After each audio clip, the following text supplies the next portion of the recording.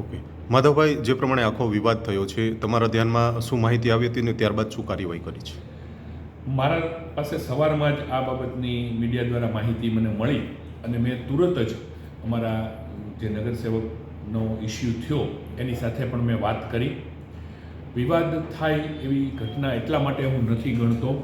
કે એમને કોઈ ફોરવર્ડિંગ પોસ્ટ આવી હતી અને એ હ્યુમર ઇમોજી તરીકે એમણે લઈ અને એ પોસ્ટને એમને ફોરવર્ડ એમનાથી થઈ ગઈ હતી. પણ અત્યારના સંજોગો જોતાં આ યોગ્ય ન ગણાય એટલે એમને પણ એ સમજાઈ ગયું અને મેં અધ્યક્ષ તરીકે મારે જે એમને કહેવાનું હોય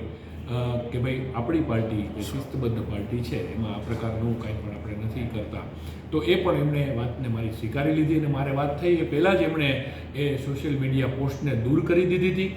મને એમણે અધ્યક્ષ તરીકે પોતે મને દિલગીરી પણ વ્યક્ત કરી, એમણે મને સોરી પણ કહ્યું અને મેં પણ એમણે જે મને વાત કરી અને એમણે દિલગીરી વ્યક્ત કરી એ બાબતની મેં પણ અમારા પ્રદેશના અગ્રણીઓ સાથે વાત કરી લીધી. એટલે મને એવું લાગે છે કે ચોક્કસ અત્યારના સમય જે ચાલી રહ્યો છે એ મુજબ કોઈ પણ વિવાદ થાય એવી ઘટના ન જ બનવી જોઈએ અને એ વાત સાથે હું પૂર્ણ રીતે સહમત છું અને અધ્યક્ષ તરીકે મારે જે